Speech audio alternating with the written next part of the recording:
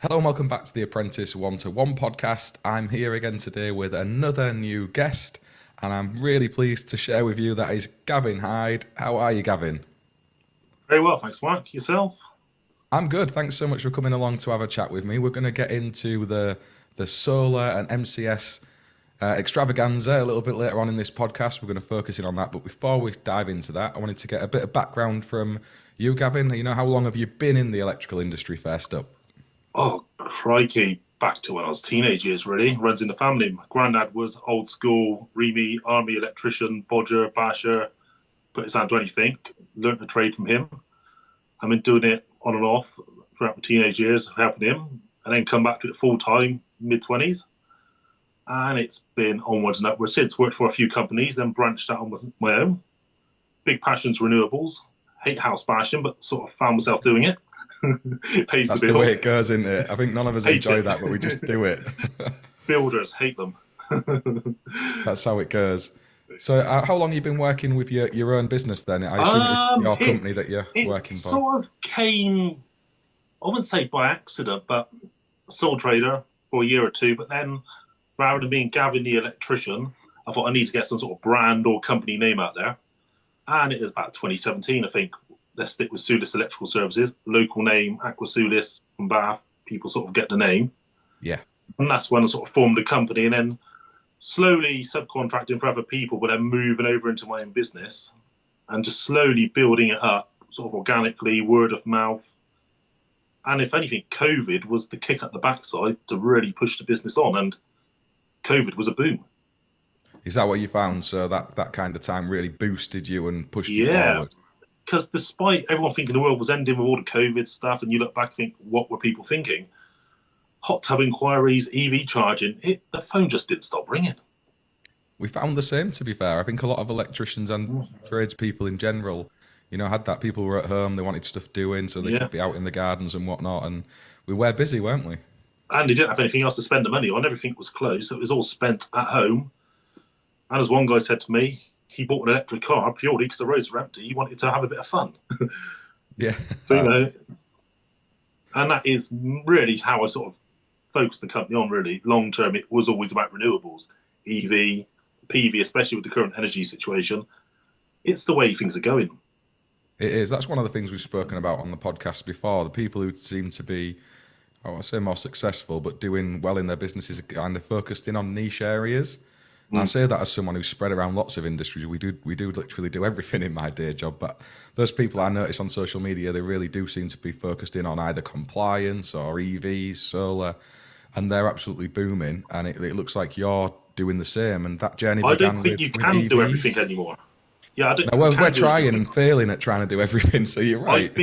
I think you do have to pick your niche and then go with it. Because I just think you can't run a business now in every sector to the same standard. The amount of workmanship and hours you need to put in, I don't think it can be done. Do Now something and do it well.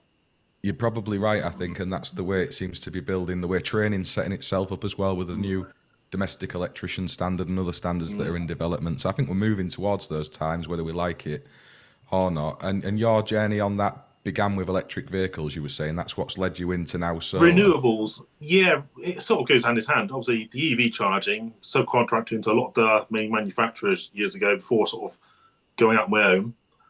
And that's where I started delving into solar and stuff. Like, I think, was it about 8, 9 years ago with the feed-in tariffs? It was the Wild West.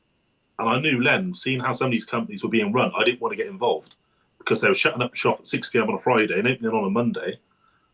And there's just no workmanship or pride in the work there. It's just money, money, money. And I always Yeah. thought, if I'm getting into solar, I'm going to do it right, grow it, be compliant. You won't get every job, but do it properly. That was the kind of mindset that I had as well back in those times. It was very common to see a lot of these solar companies going under. Even the inverter manufacturers would disappear from the face of the earth after a couple of years of selling their products. So that was always something that put me off. I think now we're in different times, and we'll speak about MCS and what that does later on in this podcast that is hopefully helping to maintain that gatekeeping, because we don't want to go back to that. But the EV side of things is an interesting progression to solar for me, because that was a change in mindset to normal electrical work. We all moan about our certificates and admin doing the day job, but with EV, it was expanded again upon that with the in discussions you have to have with the DNO. And also the client proposals and other things, and we have to factor in and produce evidence for. So it kind of steps you towards solar. Have you found that as well in terms of admin? It's a bit heavy. The EV side, I didn't find too bad. If anything, once you had a system set up, and this then feeds into the MCS with the QMS, that once you have a system and it works, I think you're on a good path. It's just taking that initial few jobs where really the amount of effort you have to put in. It's more about self-awareness of the situation. That the planning of any job, whatever you're doing, be it a rewire or EV chargers, there's a degree of planning that has to go in. The DNO notifications, once you've done a few of them, you get to know the planners in the various DNO offices.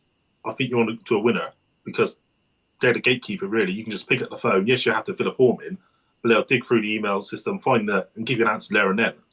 And they'll listen to what you have to say. That your their eyes and ears, how good the grid is out there, really. You're seeing things they're not. Feed it back to them. You get a cutout changed quite quickly, that sort of thing. So it's about building that relationship with them. Once they know you're doing your job properly and letting them know what's been installed, I think you get a much easier ride with the DNO. Yeah, it's the same with a lot of things, isn't it? It's that personal relationship. I've used the DNO as an example, but there's other things to do with the grants as well with EVs. I found that all very clunky. The way that the HMRC was still using Excel spreadsheets for things, it was a bit of a logistical nightmare. And now coming into solar, we're in the very early days of it in my company. I think you're a bit further down the road than we are. It is a total change in mindset, and again using quality management systems and things such as that. So we'll start with your journey into solar, the training aspect of it first up. How did you find that? Because obviously some courses we have to take to upskill to be able to offer those services. The course itself was the BPEC through NAPIT. Course itself I actually found quite insightful, actually sitting there and calculating projected production figures for the solar on the KK values and things. That was really helpful. Get this book with it. That's a really good book. Yeah, better than the on-site guide, actually. It is. I'm really impressed with that. It was a proper good book to get at the time of doing the course. I did it with NAPIT as well on the BPEC just the other week. Tearing what little hair I had left out trying to actually get the course certificate and give Brett at NAPIT training his dues. He really did push it through and he took ownership, dealt with it. And like I said, I will go back to NAPIT and do more courses. Even though with the NIC, I think the training itself was actually quite good, reasonably priced. And I think the BPEC centres as a whole, it's not as well known as just City and Guilds, EAL, but I think the courses really, they give you what you need to know. Yeah, I mean, I don't think City and Guilds, are they offering a solar and a battery storage course at present? I've not noticed one. Not sure. EAL do one through NIC, I believe. I think the LCL do one as well, don't they? But yeah, it's a bit short on the ground, to be fair, the training that's out there. But NAPIT's offering, I agree with you, it's really, really good. There is an issue with, I think, what do they call them? External verifiers or whatever? Internal, isn't it? There's a massive shortage of those people across training. So I think it's a big issue out there in the training space in general, that getting all these qualifications through. And when you've done your training, you want to be straight into MCS offering clients installs. We want to be getting on with it. We've spent the money. So my only caveat to it is check what qualification people are doing and is it on that MCS list, because there's a 100%. Lot of training providers out there offering the earth, and I don't think they're worth the paper they're printed on some of these courses. Yeah, so if you are listening, that's across the whole industry, and you're thinking of getting into solar and going down the route of MCS, go to the MCS website. There's loads of stuff on there, not just to do with the courses, but you get all of the document templates. It really is a detailed place to hit up and start from. So make sure you do check that out and you're taking the right training. So once you've established that and you've gone through the course, you sound to have had the same experience as me. You got some value from it. What's the next step in the chain for you in working? My first call was to ring the NIC up, MCS team, completely separate division to the normal electrical side and Part P approved contractor side of things. Great team. Said, what do I need to do next? And they said the first thing to do is HIES or RECC, consumer code. So they're consumer protection codes, aren't they, for people who don't understand and not involved with solar? So we have to be registered with a separate thing. And is that to do with looking after deposits and knowing that the money and finances are secure and the long-term maintenance of the system is assured? Yes, so there's two parts. Deposit protection and workmanship warranties. They're provided by other companies. We'll come to that, I guess, in a minute. It's more contract, how you sell the product. So if you're sitting in someone's lounge and forcing them to sign the contract, I think you're on thin ground. Old double glazing style sales process. they're out there still. They are. Yeah, and to be fair, that's actually cheaper than I thought because I was expecting a invoice about a couple £100, but it seems that if you do join the MCS with RECC, it's only about 120 or £140, I think, something like that. I can't recall the figure off my head, but I was expecting a second invoice, and they said no, because you're joining MCS, it's covered within the fees because I think there's some sort of relationship there somewhere. Yeah, I think that there's a difference in the way they structure the cost. I think RECC do it on a pay-as-you-notify kind of Yeah. basis as well. There's some extra fees, whereas HEIS or HIES, whatever it is, theirs is an annual fee, and that's it. I think that's around 500 or 600 quid, Mhm. and that's who we've gone through. I think there is a subtle difference. But ultimately, there's a cost there, isn't there, to be aware of? Well, to be fair, I went with RECC purely because it was a quicker process, it seems. The Okay. expected wait, they said, was about 10 weeks. I said, okay. RECC said 3 to 4. I said, right, send me the forms. And See, I found it it the was a other way good thing. around, which is weird. Yeah, I think it's just pure workload, ups and downs. I've been told it's due to geography as well. Apparently, you can't get an on-site MCS assessment in the south of England for months, but up here in the northeast, apparently it's plentiful. There's loads of assessors who can come out and Well, see it you. comes to that because obviously I had head of MCS at NICIC, Dan Yates, come out and do Sure. my assessment. So that was quite an important visit, actually. A lot of useful info from that. Cool. So back to the REC, it's contracts. Does your contract comply with consumer law, cancellation rights? If you have an express contract, i.e., go ahead within 14 days, lots of calling off periods, that sort of thing. It really opened my eyes to how careful you have to be of what you promise.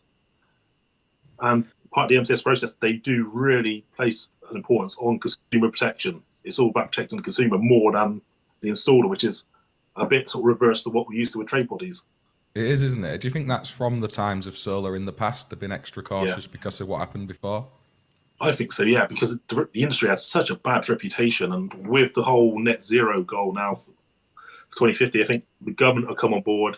It's got all the backing it needs. I think there's only two MCS bodies, isn't there? NAPIT and NIC at the moment for solar PV, Yeah, and there they're all is. working together. And it's not an easy process. If you're a cowboy firm, you're not going through MCS easy. You really do have to know your stuff and have it in place. Yeah, and I think there's the REC and HEIS. They do actually look at the company's trading history, so they see Yeah, how long you've been in existence, if you're financially stable. It's not just checking your insurance documents and your qualifications. It is quite an it's a full in-depth. credit check, I believe. Yeah, so they're checking your credit history, the directors as well. So it's pretty fair, and I think it needs to be, and I actually welcome it. I do. I think lots of other people in industry are like that. If something offers value and it's kind of there to help us in terms of dealing with customers and promoting our businesses and working effectively, we don't mind spending the money to do that.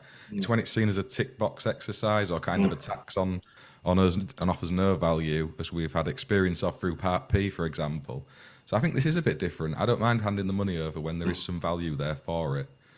So once you've moved on past the consumer protection, we're starting then to delve into the waters of MCS itself, I think.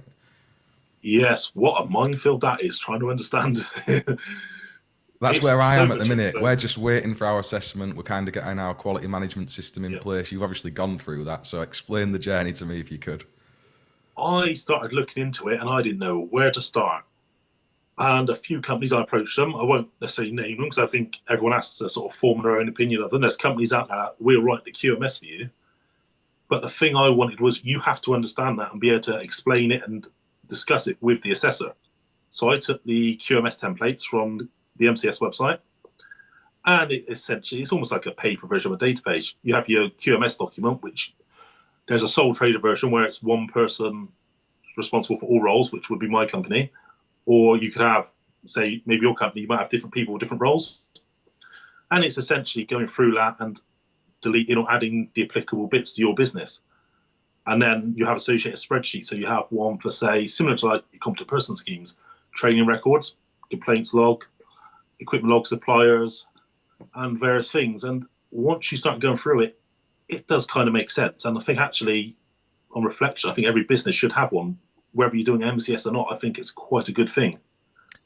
Yeah, I mean, Ben from Electrical IN, he said recently that their journey into solar actually raised the game of his business. I Mm. don't think he'll mind me saying that. The processes he's introduced and the developments they've made because of being in the solar industry have helped them across the board. And it sounds like you're finding that as well. well, this is what was flagged up on the assessment. He said, even though it's not one of the QMS documents, as an MCS business, you must have a period of self-review of the business. So it's almost like there's no formal sort of way or how you do it, but you must have a process there, he said, that to review business function. So is the business efficient? What can we do better? What's not going well? And that includes training, skills, your subcontractors, that sort of thing. And why wouldn't that be a good thing for a business? I think we should all be doing that anyway. It's CPD, but almost for the business. Yeah, so it's kind of like an ISO standard that bigger companies would have, but kind of made specific for our area of industry. Are you using kind of pen and paper then, or are you utilising software? How are you actually managing that on a day-to-day basis at present? You have your main QMS document, which I have as PDF and Word documents on the computer, but as a whole, spreadsheets. So you're utilising Microsoft? Yeah. Yeah. Well, yeah, Google Documents, whatever's out there is open format spreadsheets. And good thing that, easy to update, you've got them there. But the important thing is your QMS is, within your QMS document, you need to specify where those documents are kept. So there's nothing wrong with having digital versions of documents, but within the QMS, you have to have that file location. And this is where we keep it and be able to refer to it if they pull it out. See, I've been looking at using, and we use a software package, ServiceMate, and there's Tradify and other things that do the same sort of thing. It's kind of be the central point of our QMS system, because you've got to have traceability on your emails and comms with your customers. Yeah. So at the minute, I'm in the process of installing a solar system on my own house as our MCS assessment. So I'm sending emails to my wife saying, this is the proposal for the solar install. And she's replying as if she's a proper customer, and it feels very set up, but apparently that's what they want to see through the course of the process of how you manage that data. And then you've got to replicate that along all the jobs you're doing. So is that something you have to do? I use that already with Adobe. So if I send a document to the customer where it requires a response, I send it with eSign. So the moment they open it, Adobe records that. I have the time, the IP address, and if there's something they need to read, confirm, sign, I get all that back as a digital PDF with digital signatures.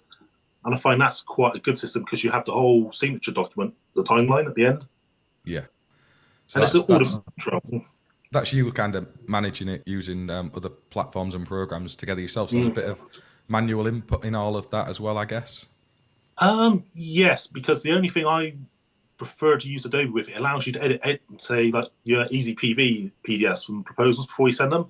Because something that's flagged on the assessment was you have the MCS table of parts A, B, C, D, so generation, self-sufficiency, etc. Yes. Whilst all the data's there in the easy PV file, depending if you do a proposal or a report, it's not in the MCS format. And the MCS guidance says it has to be in the format of their table. So I'm manually adding that into the proposals now just to tick the MCS box. Oh, okay. I didn't know that. I wasn't aware of that myself, so yeah, if you add battery storage, you get the full parts A, B, C, D. But otherwise, you only get A and B, and the part C is there, but it's all graphical, but not in their format. Something to watch out for there. I wasn't aware of that, so cheers for it pulled me up because that's information to me. Because I think you use Easy PV as well, don't you? There's two documents. There's the system report and there's the proposal. Both are slightly different. One's really brief and one's in more depth. I think the report's the detailed one, and the proposal just gives you like an itemized. So you just got to make sure that table's in there, the full parts. Obviously, part D only applies if there's battery. Yeah. So, I mean, understanding that is really important, I guess, because that's a mistake you can make when you go into your assessment, and if it's not there, you're kind of on dicey water to start with, aren't you? What was the, there's three outcomes. I'll say there's three outcomes to the assessment. Pass, minor issues, send us this by email or correct this now, or, there's a bit of leeway. If it's a minor thing you can correct there and then, most assessors will say, correct that now whilst I check this bit, or email it to us, that sort of thing. Or there's outright fail where you need further assessment. Unlikely you're going to be at number 3 because I don't think you would invest all that time and effort and money to not be sort of there or thereabouts ready for the assessment. It's a big investment. For sure. You want to be there buttoned up with everything ready to go, don't you? You don't want to be failing your assessment. So you're more likely. Because my assessor changed. I was expecting one assessor, and on the Monday, had a phone call from Dan Yates, head of MCS at MICIC, telling me he was coming instead. I thought, great, I've got the boss. No pressure then. Dan, he did my first electrical one many years ago, so we sort of knew each other, and he's a great guy, really knows his stuff. That always helps if you've got a personal relationship to him, but that's pretty daunting, isn't it, to know that your assessor's actually the person heading the whole thing up. And to be fair, he knows his stuff, and it was very helpful because I can ask him questions about the scheme and how they're doing things, and it's really helpful. I found it a very beneficial assessment. It's not like your electrical ones, much more in depth. And he actually said that, okay, you've used EasyPV for this system design, manually verify those calculations out. So we had to go through all our projected generation figures, looking at KK values and angles. Okay, And all so you had your book out looking at the charts and the angles, really? Yeah, he had me on the MCS website getting out all the different numbers and manually verifying the calculations of what we were expecting versus the document. So you can imagine, I wasn't crikey. But I'm hoping I can just print it off from EasyPV and hand it over, not have to do that. But I think that's a good thing, because it highlighted to me that if you're drawing something, say, on EasyPV and using Google Earth, that ever so slight misalignment with that line, you need to manually correct that in the software before you just go ahead, because you could be a degree or two out. That can make quite a big difference. I think a quality check on the software every now and then, like a dip test, if you like, is a good approach. I've compared a few, sit and calculate them out every single time, personally speaking. Maybe I should, I don't know. I may get into good habits later on down the line. And it's a beneficial thing. People fear it, and I wouldn't say you need to fear it. Have your eyes open. Look at it as a learning experience. They're not there to trip you up. They want to help you at the end of the day. People think, oh, the assessor, he's here to catch me out. Far from it. If anything, he was there to help me, and he pointed me in the right direction on a few things. I mean, you get out what you put in on these things, don't you, at the end of the day, ultimately, and you make a great point. They aren't there to trip us up and catch us out. They've got to hold the gatekeeping at a certain level, but they want to help us succeed and thrive as electrical contractors at the end of the day. And I found all of the assessors I've ever dealt with on electrical basis to be very helpful in the past, and I'm sure the MCS ones will be the same. But it is still daunting. I am still not looking forward to it, I will be honest. Even the assessment day for normal electrical contracting work, you get a bit stressed and anxious about it. I just think it's the nature of the beast, isn't it, being on the spot. So yeah, I'm not relishing the prospect, shall we say. But so I only waited about 10 weeks, so it wasn't a long process. I think from when I initially made the inquiry, and that's okay, I've got the renewable energy consumer code thing going in. They said, give me a pretty firm date. Said, you'll have this all being well. We check your documents. We just need to go through things 3 to 4 weeks time. So I said, right, I'm going to have this in place. Can we book an assessment? And they got a whole team. And there's a woman at the NOC, in this case, who just does the bookings. And she gave me the date. And like I say, it was onwards and upwards from there, really. Then this quick double check everything, cross the T's and dot the I's, and panic a bit the night before. Have I got everything printed off and ready to hand? Make sure you got the biscuits out. Absolutely. And then it's, like I said, most of it is a site, on-office-based assessment, and then you have the site visit, which is, I'm not sure, maybe because you're a neighbour, I believe, aren't you? So yours might be different. With my one, I went all in on the first install, 19 panels on 3 roofs. Give them something to look at. 8 kilowatt. The day before, he produced 40 kilowatt, which the assessor was like, oh, that's nice. And, it was a visual inspection. The weather was on my side, I guess, so he didn't want to spend too long out there. Was it? Yeah, his bungalow, so he could see it quite well. I think it was your podcast the other week, wasn't it? The electrician's one, you said about scaffolding being up to see it. I don't think they do. I've never heard of that. If it's there, I think they may go up and look. But on the whole, I think it is a visual inspection and a verification of the handover pack on site. Yeah, unless there's something glaringly wrong with the install. Since that podcast's been out, I've been corrected by a couple of people who've been through it, and that's not right. You are correct. They don't have to go up the scaffold. I think if it's there, then they will do, but they don't do that generally. He had the option of going in the loft and seeing how the DC cables run. He said, no, I don't need to go up there. Health safety. No one's going to go up there by choice too often, are they? Let's be honest. And he's just like asking questions. Okay, why have you done this? And he's checking for things like the big solar PV sticker. Well, she might have an consumer. You need it at the meter as well, which in this case was remote from the consumer unit. AC isolators, consumer unit, and at the inverter, they're remote from each other. DC isolators, which I know is a big thing at the moment.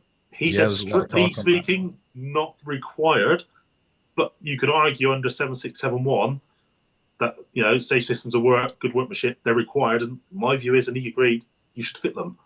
I don't see why you wouldn't.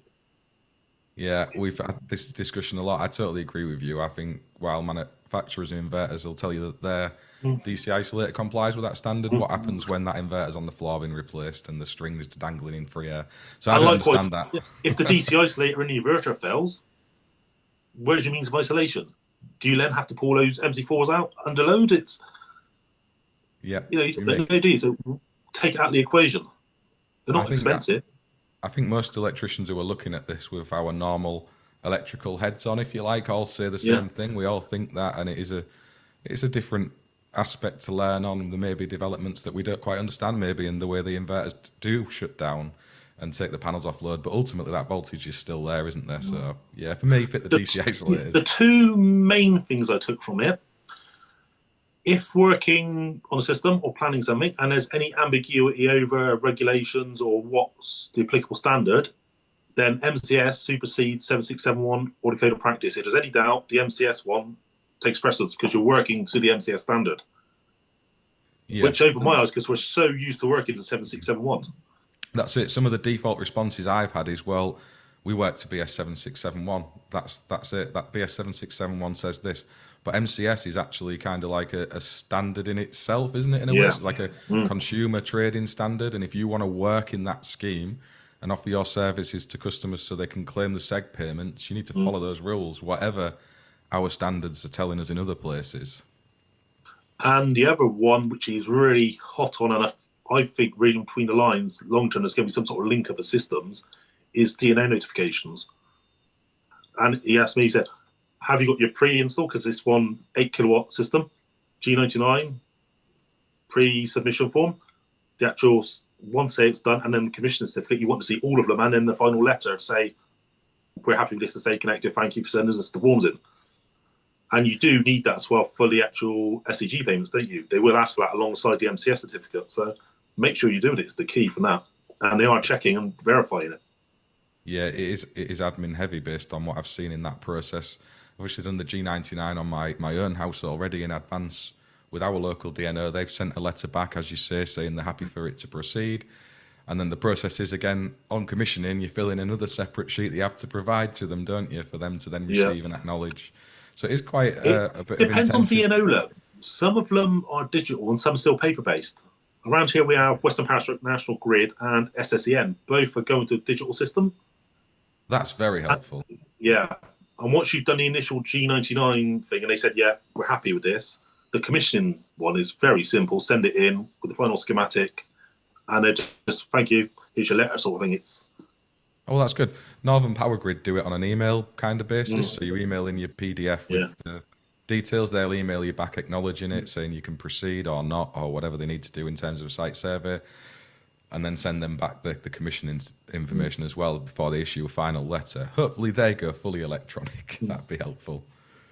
Yeah, so I think there's going to be a lot more linking up of systems and back office stuff, not necessarily at our level as the installer, but in terms of the MCS. So when an MCS certificate is issued, similar to what happened with the car chargers and OZEV, it's going to go to the DNO. And if they suddenly get in their inbox, this has been certified, and they're going to look, well, is the G98 or G99 been sent in? And it'd be interesting to see what comes out. I wouldn't be surprised if the email then goes back to MCS, say he's not done it as he should have done. Yeah, I mean, who knows what's going to come down the road. There must be lots of installs out there that probably haven't been notified to the DNO. And when they come along and encounter those, are they going to say they've got to be disconnected from their system? I don't know quite how that's going to play out, to be fair. They're within the rights to. Who knows? Why take the gamble?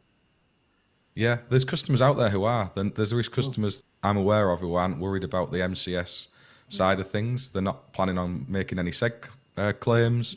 They just want a solar system to benefit from the energy. They think it's a cheaper way of getting it installed using non-MCS installers. I've seen these discussions on social media quite recently. Yeah, and it's scary because I think when you go down that road, you put yourself in a position if you ever sell your house or things change and the DNO come and have a look or your metering company have a look, they can stop you from having that system connected. But the MCS thing, I think for some, it's bureaucracy. They don't want to get involved with it. They just fit in solar panels and don't care. But on the consumer side, especially with EPCs, where I sort of live in Bath, a lot of them need it now for the HMOs to get to a C on the EPC. And the only way you can do that is solar PV. I've got landlords coming to me saying, don't care about generation or what it's going to produce. All I want is an EPC that says C or higher once it's installed. Fit what you need to, and then let me know when you can do it. So that's why you see these installs with 2 panels on the roof. Yeah, so it's a funny one because you still got to follow the full MCS process. and you tell them about this is what it's going to produce, and you know they don't care. They're just going straight to the back page. How much is it going to cost me? But you Yep, they're still not have to go reading through any of all that. that process. It's a long-winded process, and you think this could be so much simpler. But rules are the rules. They are. They are. We mentioned software. So you're using Easy PV. I think is it Open Solar as well? Yeah, So the open one thing solar I takes found a is bit more. Yeah. I'll it's say it takes a bit more. all three though, Yeah. isn't it? It's what I found, which is good. Yeah, it's a funny one because I played around with a few, and open solar is a bit more in depth. You need a bit more time to learn the system. I think that one.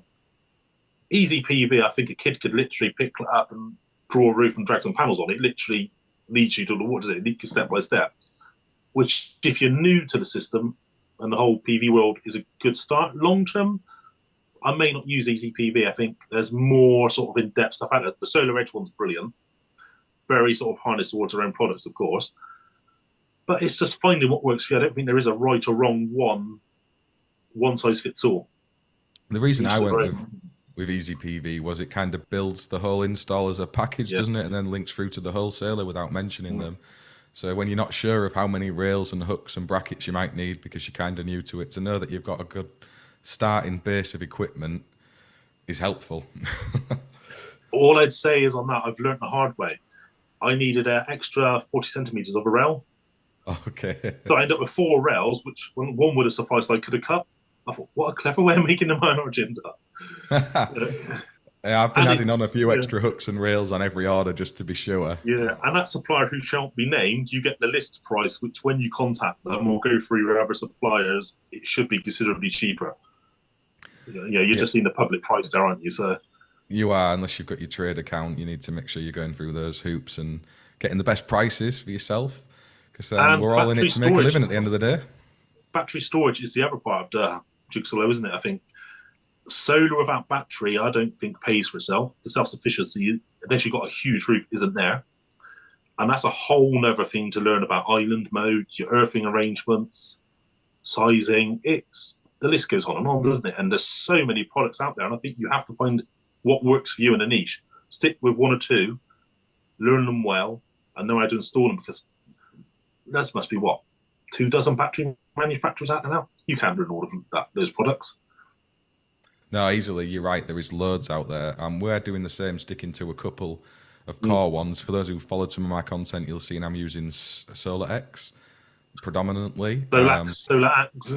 Yeah, I was saying it wrong to start with, apparently. I've been corrected. I was calling it Solax, but apparently it's Solar X. I don't know. Yeah. It's a weird one.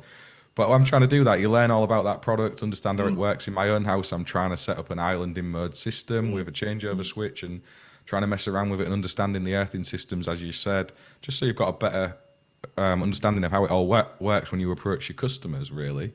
So I am all in on that at home. I started with Alpha. Very good stuff. The ESS ones, it's a self-contained unit, inverter and battery all in one.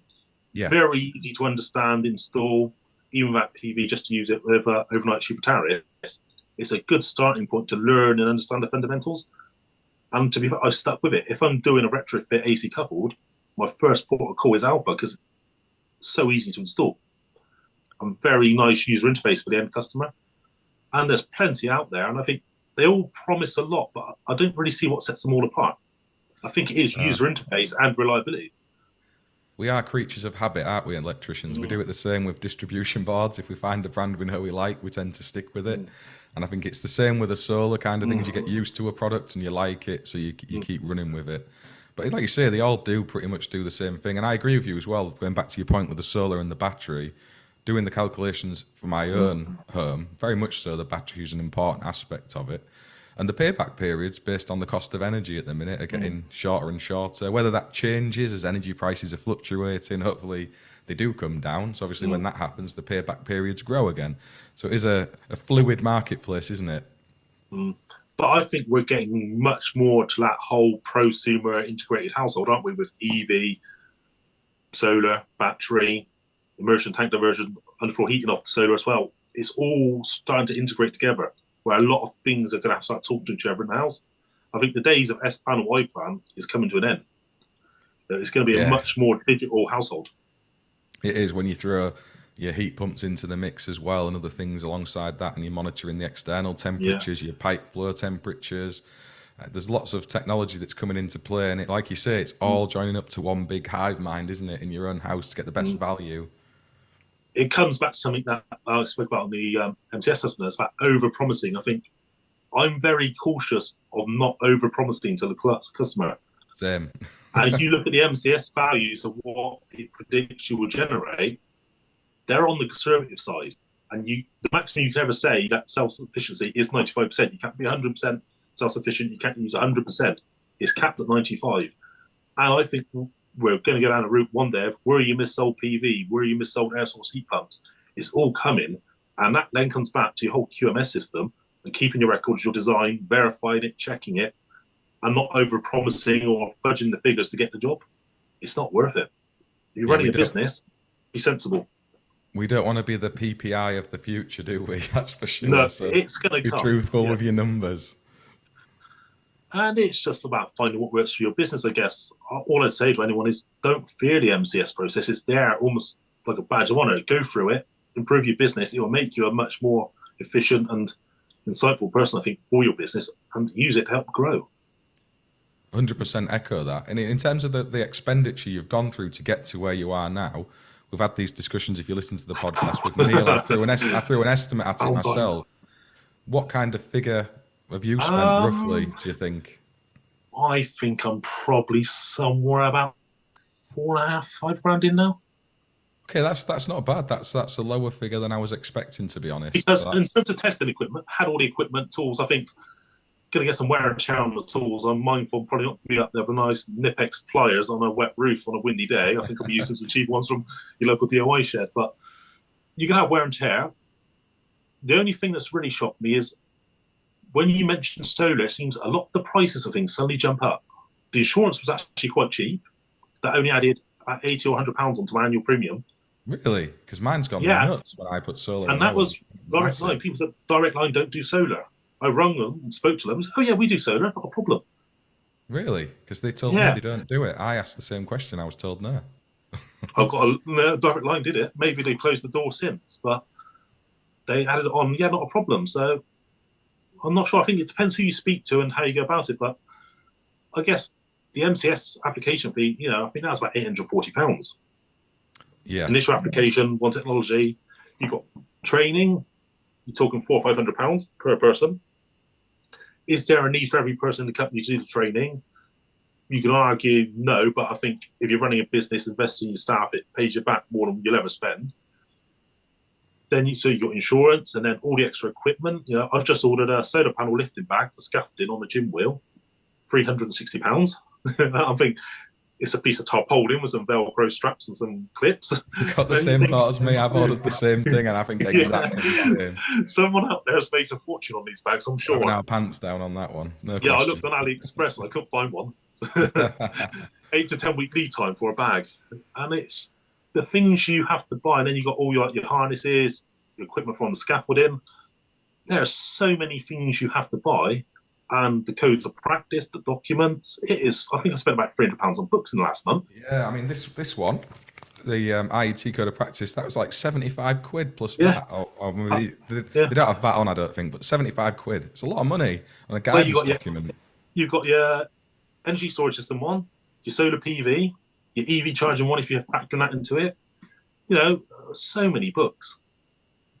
It is. So there is a cost there, isn't there? I think that you need to be aware of. People who are coming into this, you need to be prepared for that. You're going to have to invest some money, lots of time. There's lots to learn.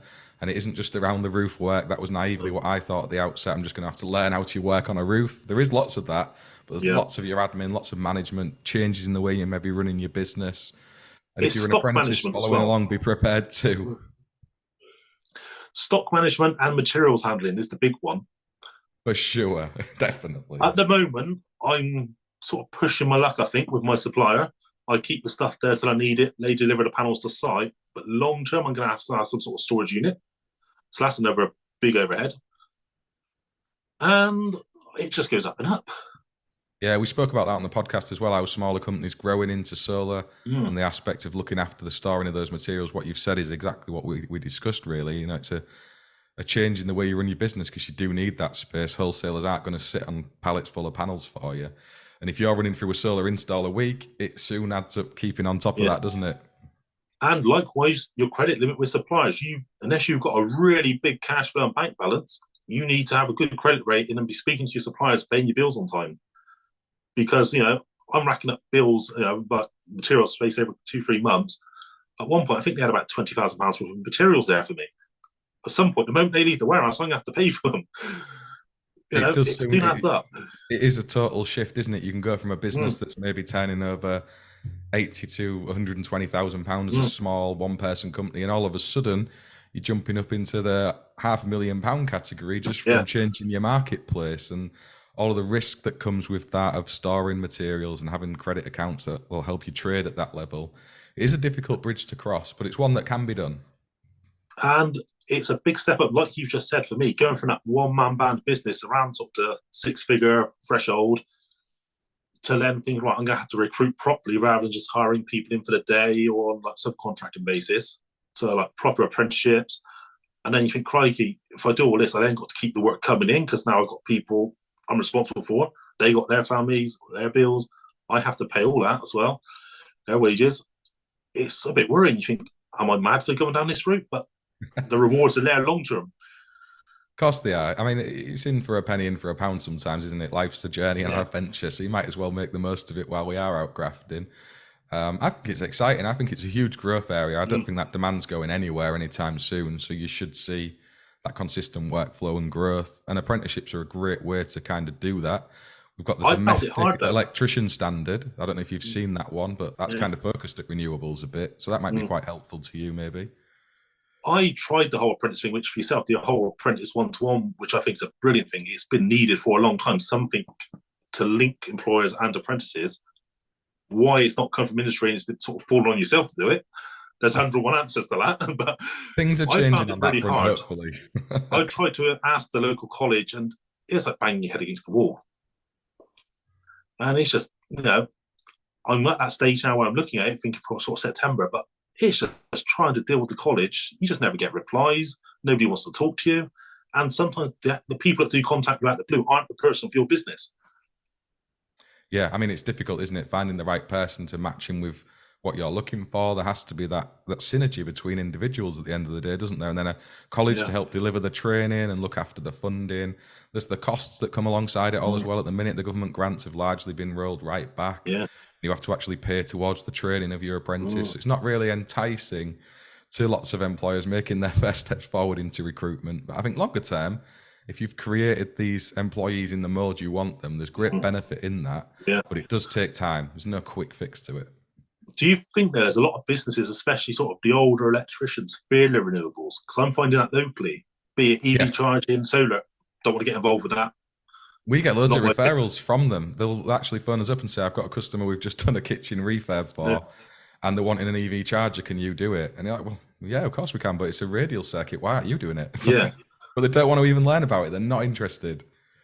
Yeah, which I think if they come to the end of their career, not interested, they're happy just going where they are. But I think for any new sort of person into the industry or in the early 20s, you have to embrace renewables. It's not going in.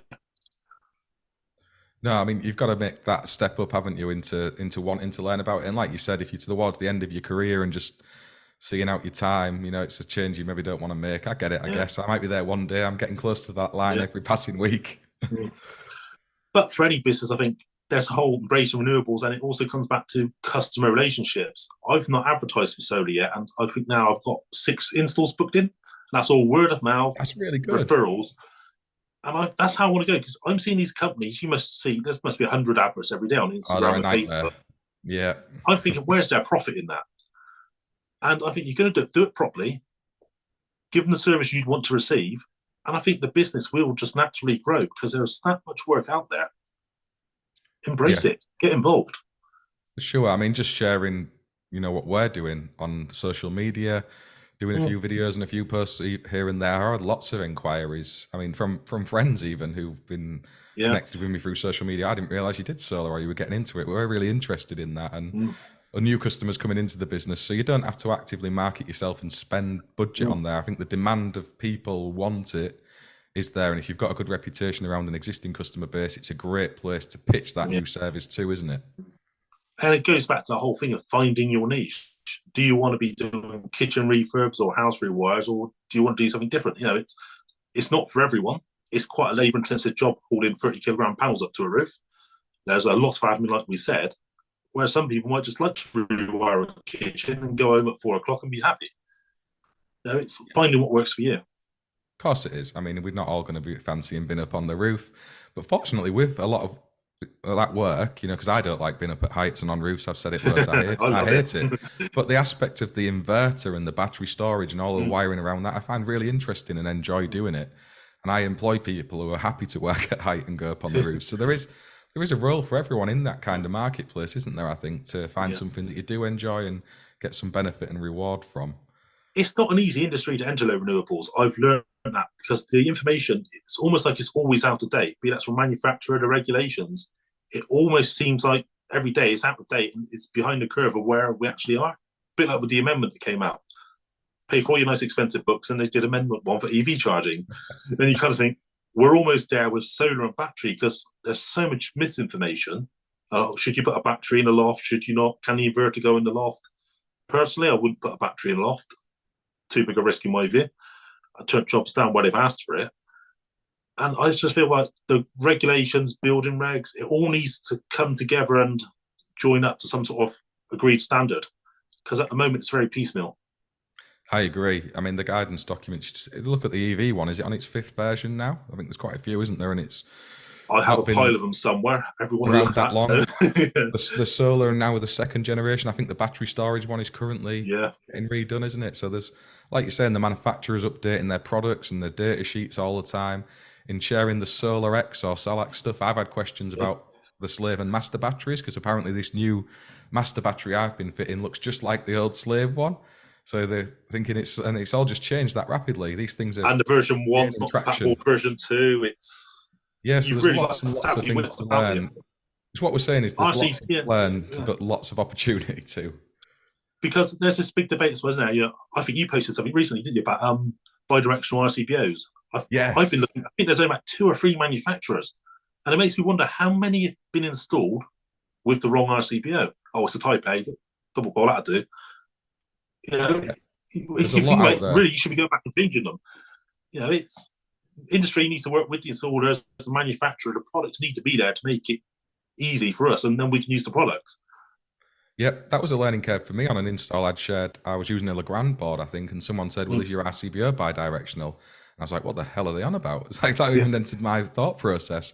But when you delve into it, you absolutely do need that. Not so much for the way the RCBO works, but so you're not damaging it when it is running in the reverse direction, which makes so much sense when you actually stop and think about it, doesn't it? Because when you think about 7671, we naturally think 30 milliamp RCD protection in a dwelling, we're away. But if you look at some of these inverters, it says local regulation. So if that cable's less than 50 mil, you've got to fit RCD protection. Now, 7671 would say 30 milliamp is less than 50 mil. But if you look at the book, some of them are saying 100 milliamp or 300 milliamp in Type B. You try finding one of those on the shelf to fit in a board. Yeah, you could be looking at a couple £100 just for an RCD of a subboard. It's really hard. And again, because of the MCS rules taking precedence over 7671, and you have to follow the manufacturer's instructions, which you could argue 7671 says as well, you have to follow what that book says, fully inverter. Otherwise, you're non-compliant. Yeah, that's it. You've got to really look into these things and make sure you do tick all those boxes. That's a learning journey I'm on myself. And anyone who is entering this industry to become solar installers need to be prepared for that. So what would you say that are the next steps for you now, Gavin? Are you looking actively to take people on? Are you taking that step into growth? I'm actively giving it thought. I wouldn't say I'm at the stage necessarily where I need to take someone on full time, because I'm more than happy to be up on a roof fixing hooks and run DC cables around houses, lofts and inverters. I think lifting panels on is definitely a 2-man job unless you're on a very, very low bungalow. But it's a safe system to work. You're going to do it well. You need to have some sort of efficiency where it's a 2-man job. So that's definitely on the pipeline. The apprentice, definitely September time, I think, is going to have to be done. And my only worry is, I think, am I able to give them the experience and breadth of jobs they need to do their portfolio at the end of the day? If you're only doing solar or renewables, they need to be doing a few other jobs along the way to get that experience. They're an apprentice. They need to be able to do all things, not necessarily brilliantly all of them, but they need that experience of three-phase containment, conduit, trunking. There's lots of skills that go into it. You may never use them after your apprenticeship if you're doing house bashing, but I want to be able to give them the full breadth, not just I know how to fit solar panels and what am I going to do in my life sort of thing. I think there's a lot of thought that goes into it. It's easy to say I'll just take an apprentice on as an extra pair of cheap hands, but you've got responsibility there to sort of invest in them. Yeah, of course you have. And that's the two differences, I guess, in those new apprenticeship standards. The domestic electrician one, you would have the full scope of work doing solar and renewables to cover that off, because you are still working with consumer units, final circuits.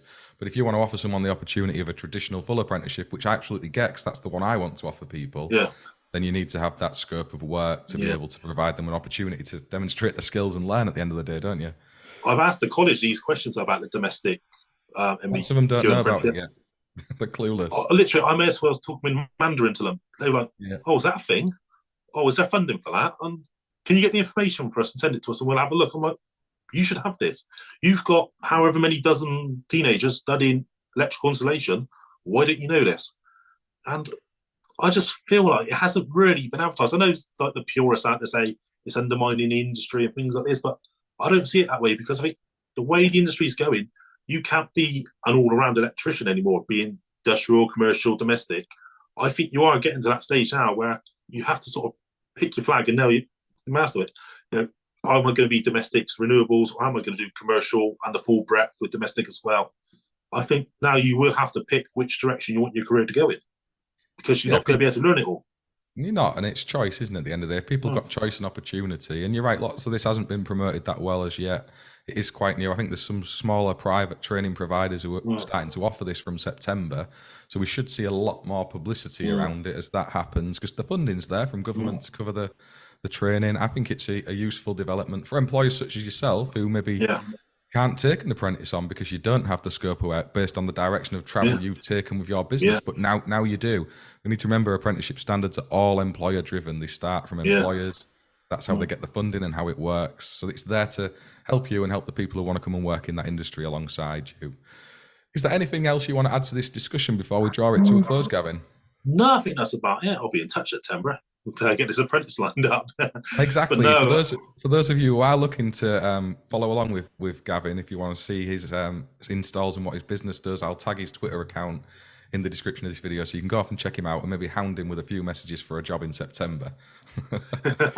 I'll be in a date now. I regret saying that.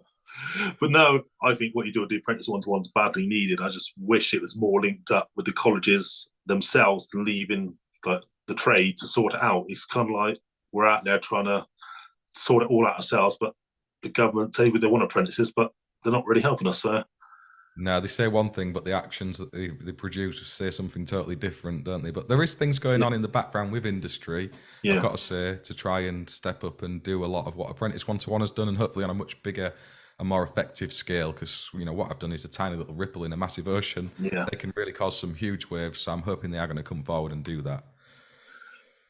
But no, it's always good to talk to you, Mark. I'm on Twitter. I try to offer my insight and wit. May not go down well, but no. I think Twitter on the whole has got a bad reputation, but within the Sparks community, there is actually quite a lot of experience and knowledge there. Like if you ask something, you generally do get quite a sensible answer, and there's someone that will have the advice or know someone who can point in the right direction. There's some really experienced electricians on Twitter. I love it. I think it's like the old working man's club of the past, if you like, where people will sit and get a bit carried away sometimes, but generally speaking, the knowledge on there is immense. Well, I refer to Darren Cranis, and he's got his famous pink jacket, but because of him, I joined the ECA, and their tech support has been absolutely brilliant, second to none in helping me with the MCS renewables process. And some of those questions you're not aware of, or things you wouldn't have thought about in terms of cables, double insulated, and where you can run them and what you can use, I wouldn't have known that unless I'd asked the ECA technical helpline. So really worth the investment. I'd say to any company out there, you may not see how the ECA would help you, but actually worth its weight in gold and worth that monthly fee for that tech support.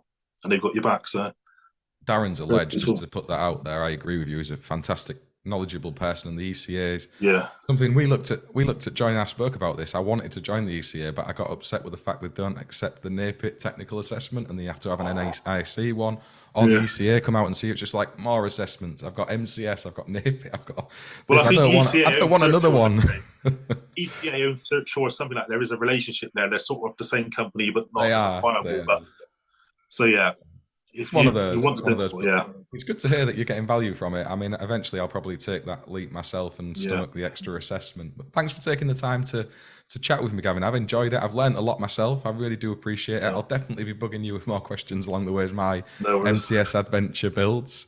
And if anyone does want to reach out and get in touch with Gavin, I will tag his Twitter account in the description of the video and a link to his website as well. If you're down in the Bath area and you happen to stumble across this video and you're looking for solar PV or an EV charge point, hit Gavin up and you'll get a cracking job. Thank you very much to everyone for listening. If you've got any questions or comments in and around this discussion, please do drop them in below and we will see you on the next one.